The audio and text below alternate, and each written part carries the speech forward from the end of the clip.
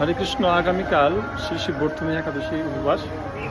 এই একাদশীর দিন আমরা বেশি করে ভোরবেলা উঠবো, জপ করব, মন্দির আসব এবং তুলসী ধারা চলছে এখনও। সেই তুলসী ধারায় আমরা জল এবং ভোরবেলা উঠে গৃহে ভগবানের নাম জপ করার জন্য ভোরবেলা উঠবো আমরা, এবং ভোরবেলা উঠে যেন আমরা বেশি করে জপ করতে পারি সেই জন্য আমাদের আজকে প্ল্যান করতে হবে, তাড়াতাড়ি ঘুমোতে হবে এবং গীতা পড়তে হবে। হরে কৃষ্ণ। তো এই জন্য তাহলে আমাদের কালকের দিনটা খুব ভালো যাবে।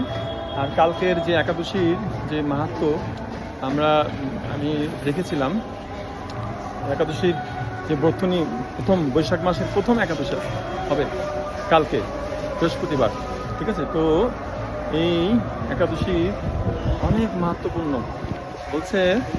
আমি ছবি একটু পরে দিয়ে দেবো, এই ছবিটা ভালো করে আমি এখানে দিচ্ছি। এই বর্তনী একাদশীর এত মাহাত্ম্য, আমাদের দুর্ভাগা স্ত্রী লোকেরও এই ব্রত পালনের সৌভাগ্য লাভ করতে পারে।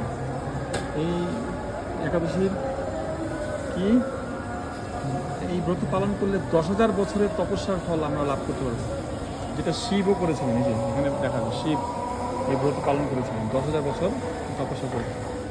এই জন্য এই একাদশীর স্ক্রিনশট নিয়ে নেবেন।